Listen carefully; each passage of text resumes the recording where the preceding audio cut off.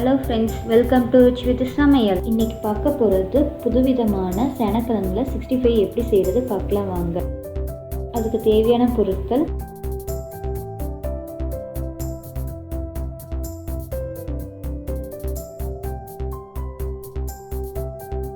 150 gram சேனக்கிழங்கு rectangle ஷேப்பில் நான் கட் பண்ணி வச்சுருக்கேன். 1/2 டீஸ்பூன் மிளகாய்த்தூள், 1 teaspoon garam masala, 2 teaspoon corn மாவு, 1 டீஸ்பூன் இஞ்சி பூண்டு விழுது, தேவையான உப்பு.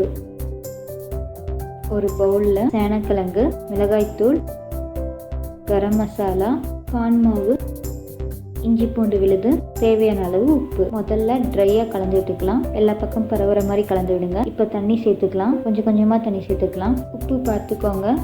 உப்பு பத்தலைன்னா உப்பு சேர்த்துக்கோங்க. நல்லா கலந்து விட்டாச்சு. இப்போ நாம் சில்லி போட்டு எடுத்துக்கலாம்.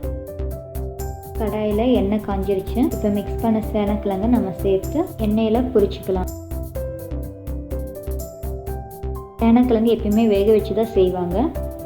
நம்ம சில்லி போடும்போது வேக வைக்காமையே நம்ம எண்ணெயில் பிடிச்சாவே நம்மளுக்கு வெந்துடும் நல்லா.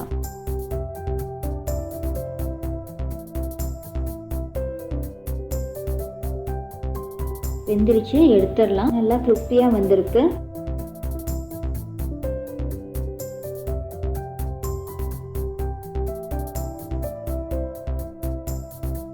மொறுன்னு சேனக்கிழங்கு 65 ரெடி ஆயிடுச்சு. டீ டைமில் சாப்பிட்லாம், வெரைட்டி ரைஸ் வச்சு சாப்பிட்லாம். நம்ம ரைஸ் சாதத்துக்கு ரொம்ப நல்லா இருக்கும்.